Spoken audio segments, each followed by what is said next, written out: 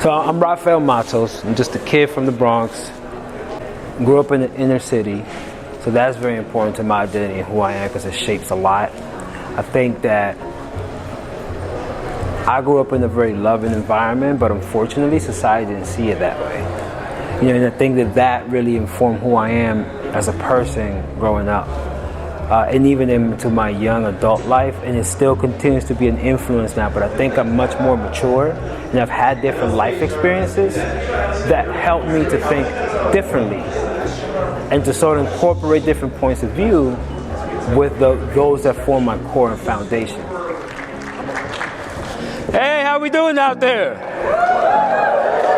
All right, I'm excited to be here. Over the weekend, had an opportunity to go talk to some students out of the university, and I had a young woman ask me about my fraternity experience.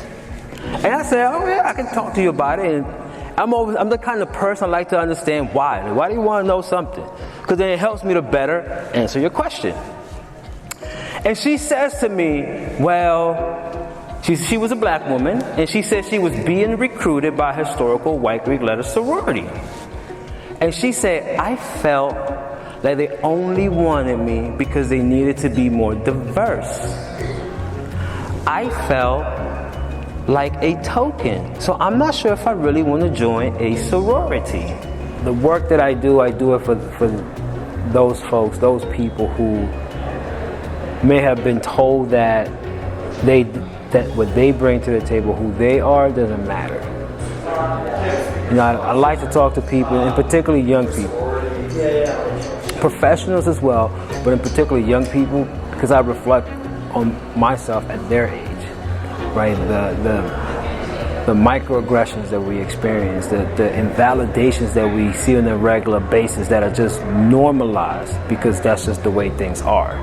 So the work that I do for me is about helping to empower them, to find their voice, to be able to say, you know, it's okay, it's okay. If you're upset, like, that's okay for you to be upset. If you want to show your emotions and display that, that's okay. And I don't think we hear enough of that, because again, it's about how do you present a polished version of yourself. Here is someone who is, before she even joins the organization, is feeling marginalized and excluded. So that really got me to thinking.